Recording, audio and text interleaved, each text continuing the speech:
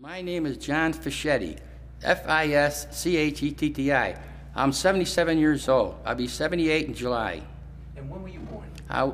What day were you born? I was born July 13, 1933. Well, I come from a military family. Like, for instance, getting back to the Second World War, I had a brother in the Army, Navy, and Marines, and a sister in the WACs. And my brother Pete went from the Navy to the Marine Corps, how he ended in Korea, and I had another brother who served in Vietnam. So I'm actually a military family, and I appreciate what people do for their country, and I'm glad we had something to do with it. So you're glad to be here? Yes. Okay. Could you tell us your name, spell your name, and tell us your age? I went in the Marine Corps April 2nd, 1952. And so you enlisted? Yes. Right here in Syracuse? No, I enlisted in Auburn. Auburn. Where in Auburn? Remember the building at all? No, downtown? I can't remember. It was so long ago. It had to be the courthouse, probably. Courthouse. It's possible. Can't remember really. So you enlisted into the Marines? Yes, I did. What was your specialty? Did they tell you or promise you anything? I was a photographer, and they sent me to a photography outfit. Now, you used 35 millimeter cameras or 120 film? What did you use? Oh, before I went to service, I used I used Kodak cameras, and then I got into the Marine Corps, and they sent me to Miami. I was a photographer. I worked on the F-9 Panther jets. This was aerial photography. We trained the pilots for what you call spy planes. My job was to open up the nose of the plane, install a camera, and then close the hatch. And when the pilot comes up there, I instruct. He instruct him. Geez, I'm sorry. He's gonna scoop it. Go ahead. When he comes, I have to instruct him where the operations run the camera, and then I make him run the cameras before he takes off, and then he takes off. I was the cameraman setting up the cameras in the F-9 jets. Now these were like not motion picture cameras. They were just No. pictures? These cameras were actual cameras, but they were made for aerial cameras. Some of them are 3 feet high, and some of them are a foot high. It all depends on what they need for the day, how high they're flying. And I would set the cameras in there. I would put the filters on if I know exactly where they're going to fly, what the weather was, and I would set them up, and they take off, and I wait for them to come back. So these are special lenses? No, they were lenses. They were real good lenses. I can't say they were special lenses, but they were darn good lenses. Were they able to take pictures at night? No, they were. That didn't come till later when the things improved on the area with the photography. We did everything in the daytime. We didn't do no nights, unless they show a flare and open up the whole area. But I don't know. I wasn't there because they did that in Korea. If they did that, I don't know. So when the planes re-arrived after their missions, did you go and take the cameras? When the planes came back, I would go into the nose of the jet, open up the hatch. I take the film out. What we do is the camera stays in there, and the film comes into another. Comes in. I take the film out, and I send it down to the lab, and then I reattach another film package onto the camera, so when the next pilot comes up, he'll have film in there. So you took the used film or the pictures that you took out and put a new package of fresh film in. Right, for the next pilot. And what did they do with these pictures? Well, they brought them down to the lab, and what they do when the pilot flies over an area, he flies over and he overlaps the pictures he's taken, and they go down into the lab and they make a big picture about 10 by 10 on the floor. I mean, maybe 8 by 8. I never measured it, but then they make a 3-dimension picture where they overlap the film. They overlap the film. Huge pictures. Yes, the film is only 18 inches by 9. The film, but they take the film, develop it, and they take what you call feathering. They put the films all together, and they make a 3-dimensional. When you're looking at it, it's a 3-dimensional because you overlap in each layer of film. I see. So it looked like real. Right, it looked like the buildings are the whole 3-dimensional. Similar to what they have today with the modern technology in the 3D, but this was old technology developed by who? Who developed this film? Well, I don't know, but a lot of stuff was Kodak. I'm not sure about I can't remember the name of the camera, but it was all American made, believe me. Okay. Did you go to basic training? I went to basic training at Camp Lejeune, In April 1952, Where's Camp Lejeune? South Carolina. Okay, and now that was basic training, like boot camp. Boot right? camp. And you just got rudimentary instructions on how to be a combat person? Absolutely, right. And did you have any additional training after that? Once you went to basic? No, after that they sent me down Miami because they opened up a base on 27th Avenue in Miami, and they brought the new planes in so the pilots could train down there. So they sent me down there to work on the planes. So you learned to be an aircraft mechanic? Or? No, I didn't do mechanical work. I was actually a cameraman. I was a photographer, but I worked on the cameras. Okay, so you were learning how to install them, maintain them too? Yes, we maintain them, install them. We put equipment, electrical equipment in the nose well of the jet, so to operate, so the cameras would have some kind of, source to operate. Would you like to share any stories about before you shipped out to Korea? Was there any family stuff? I wasn't in Korea. Okay, so you just made the jets operable for the guys that did go to Korea. Right. We trained them for the pilots that go to Korea. Yeah. How'd your family feel about you joining the Army or Marines? Well, we had so many people in in the service at the time. I was about the last one to go in. So, of course, my mother, I had to leave her with my sister to go in. She wasn't too happy, but she didn't disagree with me. Where were you stationed? I was stationed first at Miami, 27th Avenue. Then I went to the Caribbean for about a month to do some extra training, and then I ended up in Cherry Point, North Carolina. Oh. So you never actually set foot on Korea? No.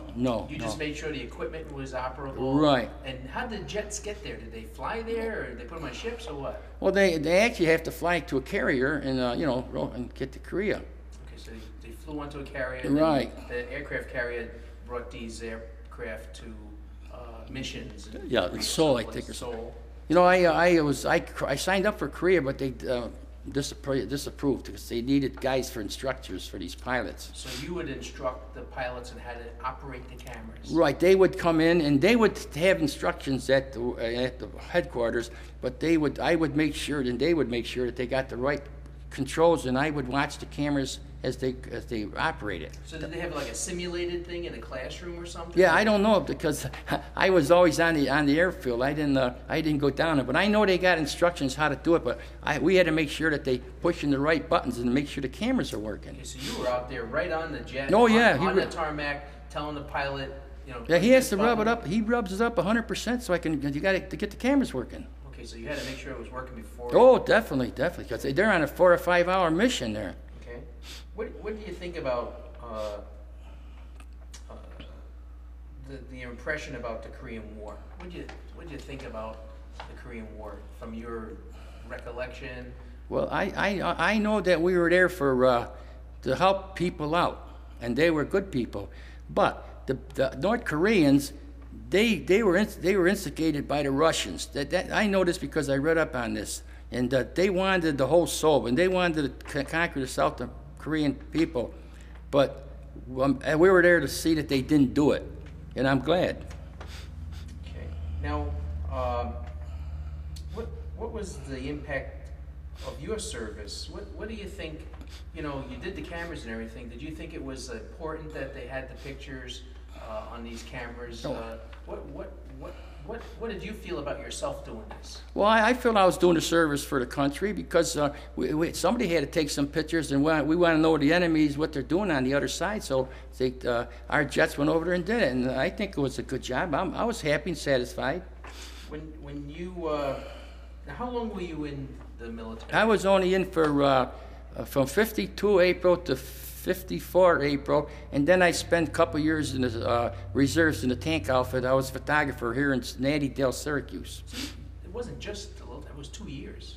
What's that? You were 2 years in the military? 2 years in the military active, and 2 years inactive with the tank division in Natty Dale here in Syracuse. That's no small amount of time, 2 years out of your life. Well, what do you think about serving the country, and did anybody say anything to you after you came out of serving? Did anybody say anything to you that you helped the Koreans or the North Koreans, or was there any animosity? I never heard a negative word.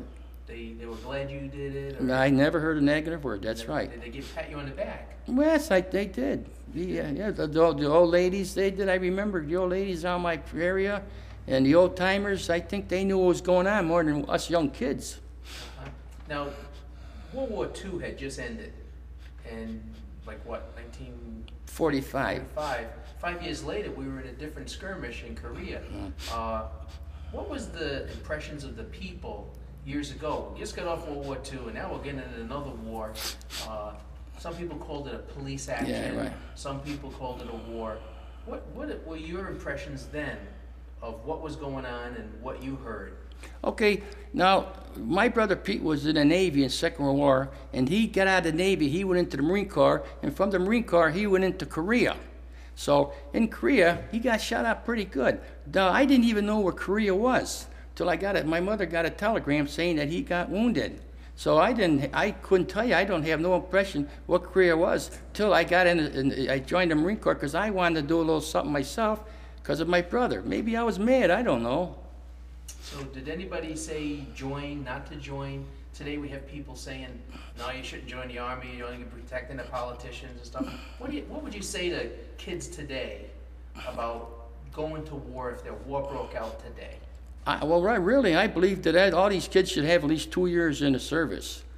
And I tell them about my brother, how he served. I tell them how all these other kids are served. They're doing this for your country. Everybody should do a little something for their country, these young kids. I mean, they can't have it, their pie, you need it all the time. Mm-hmm. Did you know that in the South Korea, the boys 18 have to join the Army for 2 years? No, I didn't know that. It's required. No, I didn't know that. It's required. It doesn't matter who you are. You could be a politician's son, an actor, I don't care. I believe it should. You think it's it should right. be done here in Oh, America? absolutely. Do your duty and then you're done. Absolutely. Upon return from being in service, did you ever have any dreams or bad memories or nightmares or anything? No, I had a good job in the service. I mean, it was an important job, but I enjoyed it, and I did my job, and that's all I think about. I did my job.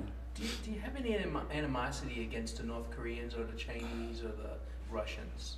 Well, I'll tell you. I'll be honest with you. The North Koreans, maybe not, but the Russians, I have very much against them. Why is that? Because they were from the Second World War to the Korean War to Vietnam War. They were instigators of all these wars. They supplied the arms, and they especially Korea. I know to Korea they wanted Korea to be their source of resources that the North Koreans got. I read about this. They instigated the North Koreans for this war. So they're the ones that started. I think the Russians had a lot to do with it. In your daily life now, 60 years later, do you ever think about Korea and what happened over there? From your brother's experience and everything, from your reminiscence and remembering, do you ever think about if we never went there or what happened over there? Well, we know we went there, but what if we didn't go there, and now we know we did? What do you think would happen if we didn't go there? Well, if we didn't go there would have been a lot of people massacred. Now, I believe that we should have went up to the 38 parallel. We should have stopped there for a while so we could get organized instead of shooting up there, which is all right. They were still fighting for their liberty, but they should have stopped at the 38 parallel. A lot of kids got killed. I mean, they were good fighting men too. So, was there somebody that wanted to go beyond the 38th parallel that we did? Was there some? All I know is MacArthur had the idea to go over to 38 parallel, and them and Truman, I guess they proved it. I don't know. I wasn't there. I really can't tell you the real story. What would you do if you were young and another war started out? What would you do? Would you enlist? Would you, picture yourself a 19-year-old kid right now. What would you tell him? It depends on where this war is. Okay. There's some wars that probably we shouldn't have been in it. But if I was fighting for like Korea, I would go in some Korea. And Vietnam, I don't know, because I had a lot of friends killed in Vietnam, and I don't understand that. Actually, a lot of people don't even understand the Vietnam. But I think if I was 18, 19, I'd go in again. I'd go in. Have you ever been back to Korea? No, I've never been to Korea. You have any intentions to go? Well, I was going to go one time, but I didn't go. My wife didn't want to go, so I didn't go. What is your opinion of Korea now, with the North and the South, with the DMZ and everything? What do you think about that divided country? Well, I know that South Koreans are doing a pretty good job holding the line up there, but I just hope that they have the Americans supply them with enough arms and stuff, so in case the North ever decide to come back again. So you think the policy of us being there is just? I think so. In South Korea, yes. Yeah. Okay. Is there any message you would like to give to the future generations listening to your conversation here? Well, I'll say this much. This is America. Freedom is not free. You got to fight for what you want. If you want to sit by and let somebody else do the fighting for them, then don't cry when something happens to this country. Do your duty. What can you say about the legacy of the Korean War veterans? We've heard about World War II heroes, World War I heroes, Civil War heroes, War of 1812, Vietnam heroes. What would you say about the Korean War veterans that served over there? What would you say about those people? I think the Korean War veterans that fought in South Korea are one of the greatest and best fighters in the world. Why do you say that? I think of my brother. Because they were good. They stopped an enemy that were 10 times to 1. And I think they did a good job. They felt, you feel that they fought against all odds? Pardon? All against all odds? The odds were terrible, and they came back. They killed a lot of our good men, but they killed a lot of them. Can you, you had told me about your brother. Would you like to explain about your brother? Yes, I would. And who he is? Yes. What's his name? My brother is Peter Fischetti. He served in the Marine Corps in the Korean War. I got some Tell us about him a little bit. Can I read it to you? You can tell us about it and then show us. Well, I could read this. How old is he? He's 83. He'll be 84.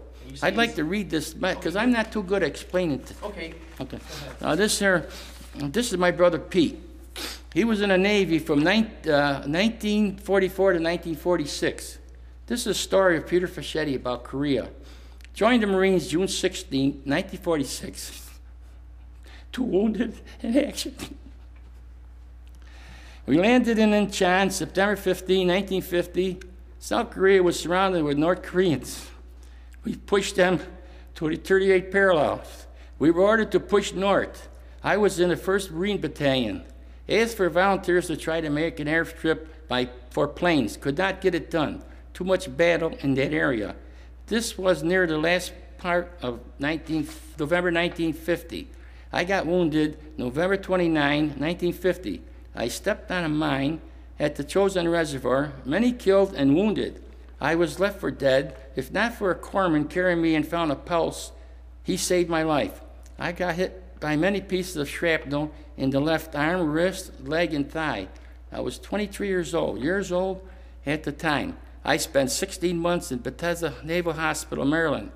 I got around okay, but there are many more worse than myself.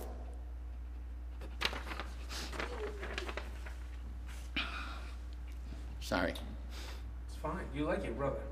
Only one left. It's the only brother I got left. Do you have any more information? Oh yes. Here he has the president. Here he has the president of the United States. Show us that. Private citation. Hold it up. Oh. This is the president's. I can't. President's citation. Read to us? Yeah. This is the president of the United States takes pleasure in presenting the Presidential citation to Sergeant Peter Fischetti, 1st Marine Division Reinforced, has service set forth by the following: for extraordinary heroism and outstanding performance on duty in Korea against the enemy aggressors. Take your time. Take your time. Forced in the Chosin Reservoir and K2 area of Korea from November 27 to 11 December 1950, when the 10th Corps and when the full fury of the enemy counterattack struck both the 8th Army and the 10th Corps on 27 and 28 November 1950. 1st Marine Division, a daring assault westward from Yeldum knee in the effect to cut the road and rail communication on hostile forces attacking the 8th Army, and at the same time continuous mission of protecting a vital main supply route consisting of a treacherous mountain road running southward to Shanghai Lu, about 25 miles distance. Ordered to withdraw to Hamhang in company with attached army and other friendly units in the face of the tremendous pressure in the Chosin Reservoir area, the division began to effect battle against the bulk of the enemy. Third Route Army, and while small intermediate garrisons at Hangari and Kato-ri held firmly against the repeated and deterrent attacks by hostile forces. There's more. Now, that... And who signed that? Here's the second half over here. Go slow. Go slow. Read it. Go slow. This was from the president, signed by the Secretary of the Navy, Tom Kimball. I think. And you want some pictures? Sure. Now this is my brother Pete in the DAV. He was honored at the DAV for services rendered. What's a DAV? Disabled American Veterans. And where does he live now? He lives in Jacksonville, 5 DeWitt Street, Jacksonville, North Carolina. And he's been living here a while? He's been there since he got out of the Korean War. Quite a while. I got Is he some. totally disabled from the... No, he gets by all right, you know. And this here is the president, the second from this area, this line, my brother Pete. The President Which one's Pete? The first one here? The second one. Second The second one upstairs? from the, what, left? Right here? Okay, that's Pete. Yeah. Okay. This is my brother Pete, second from right here. This was when he was in the hospital, in Betava Hospital. All these men right here were invited by President Truman, to have dinner with them at the Blair House. Is the Blair House a naval? I think that's where the vice president lived or something. Oh. It's someplace over there. So these men were invited for Right, heroism? they had dinner with him. He got him out of the hospital. We got that? No. This here was my brother. He sent me this when he got out of service, out of hospital. It's a general giving him a medal. I don't believe it was it may be a Purple Heart. It's been so long that I can't remember what the medal was for. It could have been a Purple Heart. I'm not sure. He got a couple of them.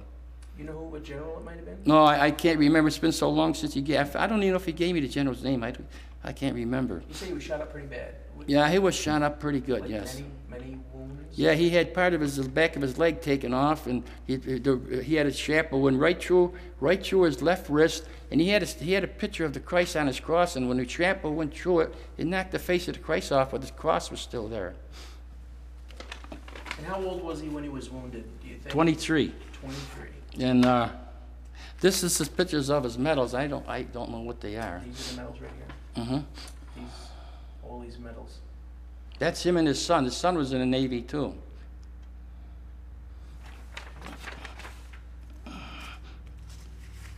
Served. And when he was in the Navy, he served in the Pacific. Near the end of the war, he went to all those islands over there. This is him when he was in the Navy, and he's the guy on the right. Holding a dog? Next, holding the dog. That was Peter when he was about 16. And he's in a uniform up there? Yes, that's him in the Navy, right. Now, the Navy is part of the Marines, right? Well, part of it, yeah. The Navy was under the Marines. I think he said show a picture of his wife. This is his wife. She died. Okay, Sergeant Peter Fischetti, wounded, is now in convalescent leave from Bethesda, Maryland, and with his wife and their three-year-old son. They were spending 2 weeks in Fischetti's mother, Mrs. Mary Fischetti. Is his wife still alive? No, his wife is dead. His son is dead, and his daughter-in-law is dead. All in 1 year. Wow. That's why I feel for the guy, you know. And what's this one? This one was a little half. Oh, that's some guy, his buddies or something. When he was, That's when he was in a Marine Corps. Picture of his buddies down below.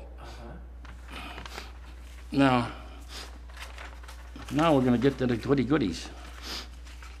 I'm going to go. This is Peter when he was in the Marine Corps. He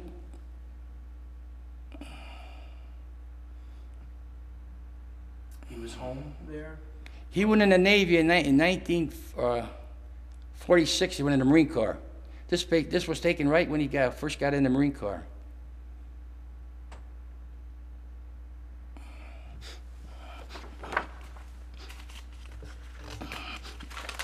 Oops. I think I showed you that. Oh well, here's another. This is another picture of him being honored DAV, and that's a picture of his wife. So he's a disabled American veteran being honored. Yes. That's his latest. Right. Wife? No, she's dead. She's dead. Now I got something. Now this is during the Second World War. He was in the Navy. I got a brother, Army, Navy, Marine. Pete was in the Navy, and my sister Flora was in the Army. So he was in World War II yes. and the Korean War. Yes, he was in 1944 to 46. He was in the Pacific during the end of the war, in the Navy. So he was a career military soldier. Well, he got wounded, so he got out. Had to get out of the service. You know, he went in 1946. He was a career man, right? Wow. This is the reason why I'm proud to be a serve. I got to tell you a story here. Go ahead, This is wonderful. I'm going to tell you so you ain't gonna believe. This is a notarized letter from the person. Now my brother Pete, I won't have to read that. My brother Pete. Pete. Slow if you like. Oh well, okay. I'll read this to you, if I can read it. This is from a person that found my brother's pack when my brother got wounded. This is very interesting. To whom it may concern, lost papers of Peter Fischetti on about 8 December 1950. I, Carol M. Morrow, SN, PFC, U.S. Marine Corps, President Union, A Company, 1st Battalion, 5th Marine Regiment, 1st Marine Division, assigned to the airport security at Haeundae, North Korea. During the retrograde movement of the 1st Marine Division on the above date, I observed a pack laying on the west side of the road. I opened the pack and discovered what appeared to be personal papers belonging to Peter Fischetti. I placed the pack of papers in my pack, thinking I could turn them in when we arrived aboard ship. However, 2 days later, December 10, 1950, I was wounded by a sniper bullet and was separated from my pack and other equipment. After being discharged from the Naval Hospital at Yokoshima, Japan, in March 51, I rejoined my original organization, A1-5, in Korea and rotated back to the States in July 51. Since my parents had been preview notified of my death instead of wounded, my personal belongings, including piece of paper, had been sent to my parents' home, stored until recently. Now, recently means this was 1950 when he did this, 51.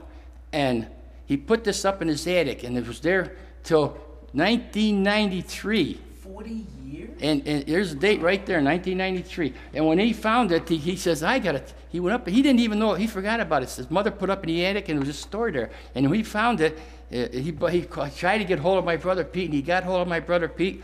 And because he gave him the papers like that, he wanted a notary public that he gave to my brother. There's a date right there, 1993. That's pretty good, ain't it? So when he returned, the mother just put it in the attic and. But they sent the stuff home to him. His mother put it in the attic and forgot all about it. She was just glad that he was home. And my brother's papers were in that pack, and he turned to my brother. In 40 years, there's a notary public by the guy. Notary. So your brother did receive this stuff. He got this stuff. Yeah. They lived about 2 towns away, North Carolina, not too far away. So did they deliver him? Or they brought it right to my brother Pete's house. That's pretty good, eh? What a story. That's why I brought this with me, because the guy even signed it. He signed it right on the bottom there. He gave it back. Who's the one that signed it? Oh, I can't even make it. What's his name? Merrill or something. Gee, I can't make it out. Yeah, Mr. Morrow. Morrow. What an interesting story. Hey, I'll tell you, he did his. I mean, he got shot up in reservoir, but he did a lot of pushing back. He pushed the North Koreans back, you know. He did a job till he got up there. And of course, he wasn't the only one that got. Wait a minute, he wasn't the only one that got shot. Wait a minute, I got it. You want to see a picture of me? Yes, yes. Oh, wait, what happened to him? Wait a minute. So, is that camera going now? Yes, No, it don't is, shut yeah. it. No, shut it off. I got to do all this. Can you shut it off? Shut it off. No, keep on, keep on. I got to find the papers. I got some pictures here. When I had them with me. I know they're One here. picture fell on the floor over there, John. Oh, maybe that's one. That's the.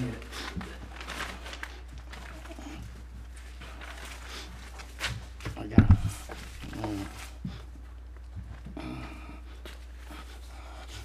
Okay. Did you find it? Okay. I got.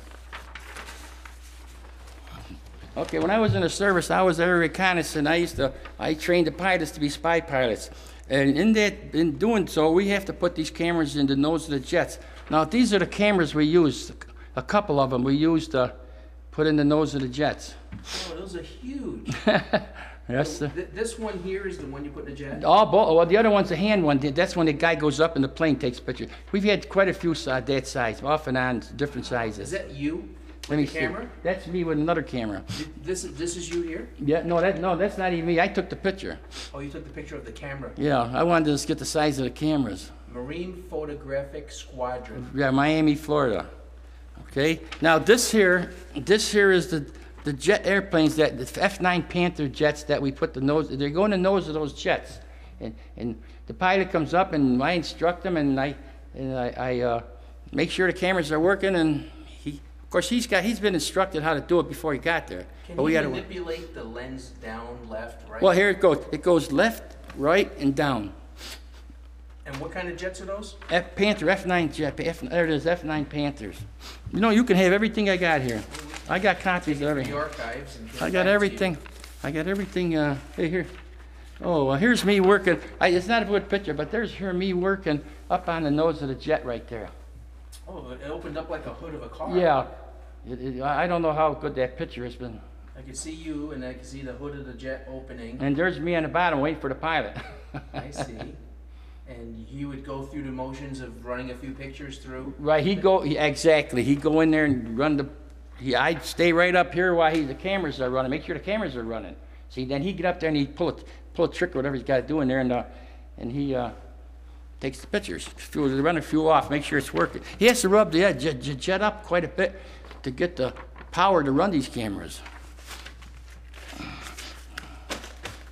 So one of these days you're going to get back to Korea and I see don't all know. your efforts. I'm pretty old now. My wife don't want to travel no more. I don't know. I never been to Korea. See, that's it.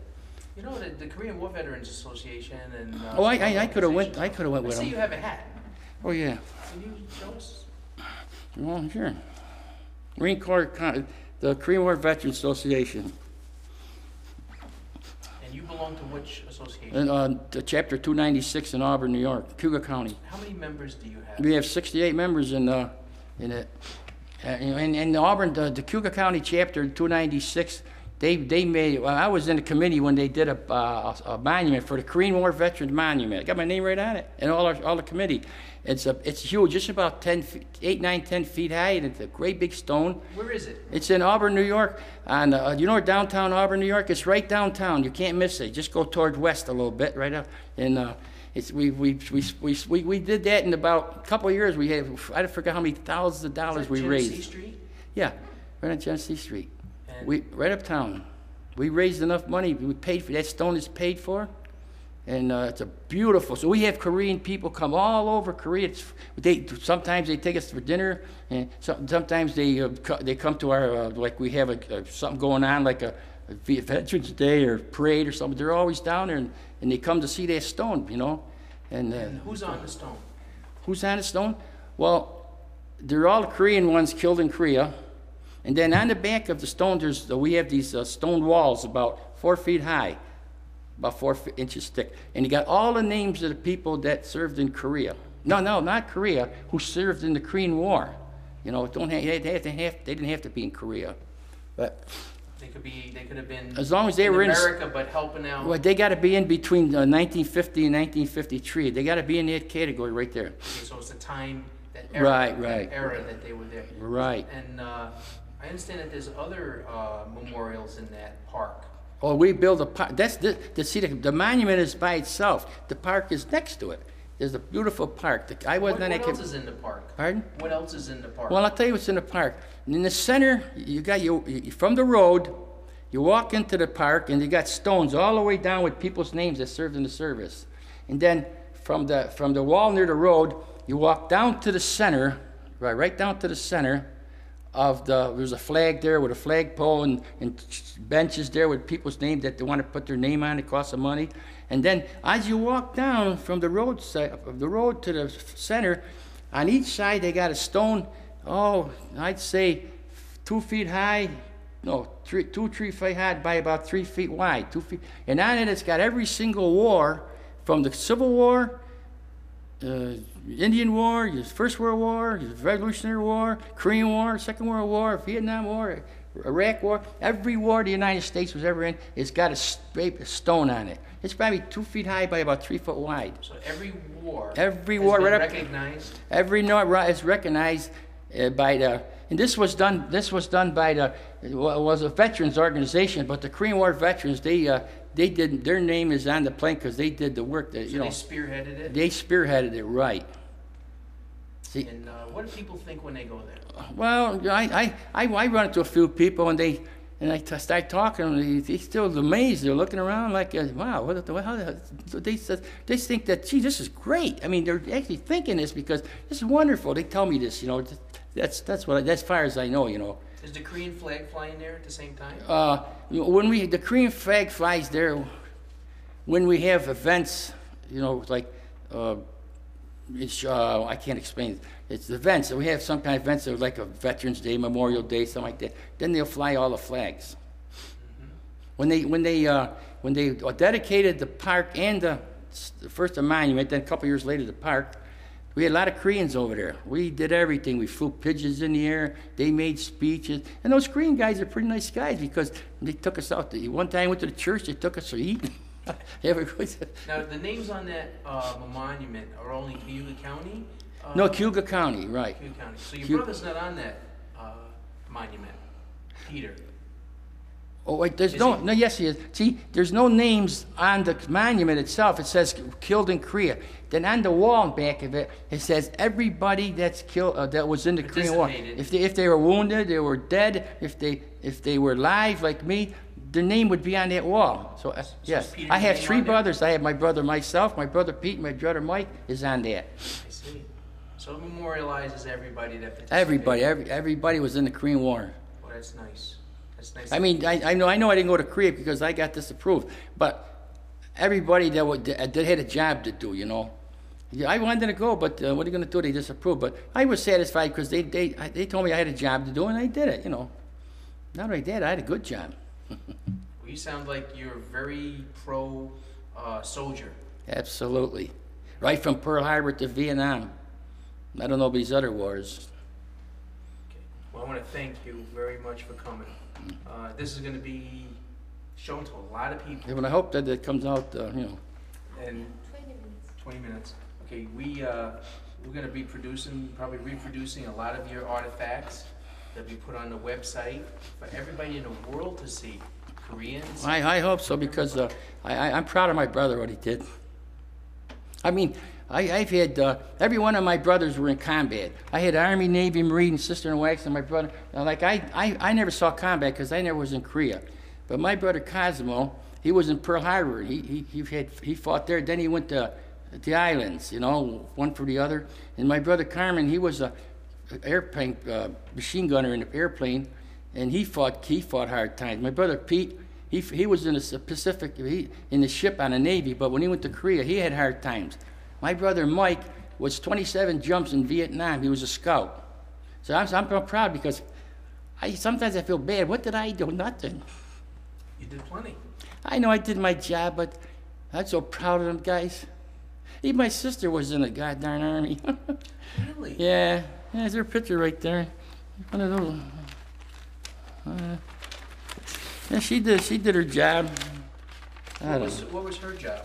I don't know. She was in a wax. She probably took care of soldiers or something like that. I was just a young kid at the time, you know. During the Second World War, I was only 11 or 12 years old. Now, your brother was over there just a short time before he got wounded. Yeah, he just got to Korea in the early part of July. Korea, he got there, and I think it was, I don't know the month he got there, because I communicated with the telephone and sketches he sent me. But no, he got in his soul June 16, 1950. And they pushed the Chinese, or I'm sorry, the North Koreans out to the Superior Lake Parallel, and then they got orders to go north from MacArthur. So he went up north, but while they were up there, he was in a Marine attachment to the 1st Marine Engineers. They built bridges and airline. They wanted him to build an air strip so they get some planes up there, supplies and stuff. Well, he couldn't do it because there was too much fighting. So he went, when he got, I was in Chosan, right near, he went to Chosan, and that's when he got stepped on that mine. So he was there, what, 3 months before he got wounded? Well, in Korea. Yeah. Yeah, I would say something like that, yeah. So he was there a short time? Yeah, it was a short time, right. He was shot up pretty bad. Yeah, well, he stepped on a mine, and he got part of his leg chopped off here, and he got the wrist to his wrist, he got a little in his thigh, and his arm, and well, not only that, you know, I went to see him back when, I was stationed in Cherry Point, North Carolina. I was about 60 miles from him, you know, so I went to visit him while I was in service, and at the time, he had a little piece of shackle right in his body. They were coming up by themselves. They couldn't operate on everything. Did he have any buddies that he communicated with? I really couldn't tell you, because I've only seen him a couple of weeks in the last 50 years. The only time I saw him when I was stationed down there, he came to Auburn. He came to Auburn for about 2 weeks back after he got wounded. And then when I was stationed at Cherry Point, I went there 4 or 5 times to see him on the weekend. And then when I got out of service, I got married and all that. I was living in Florida. On my way back home, I'd stop for a day, you know. That's the only time I seen him. Maybe altogether, maybe 3 weeks. Wow. In 60 years. I got a brother, Mike, in the Army. I only seen him 1 week in 60 years. They all went in the service, and they all moved out someplace, you know. One in California, one in Arizona, one in North Carolina. Mike went to Germany. I was the youngest. They all gone. I was left. You miss your brother? Well, I miss my brother Mike and Pete, really. I mean, because they're my age, more or less.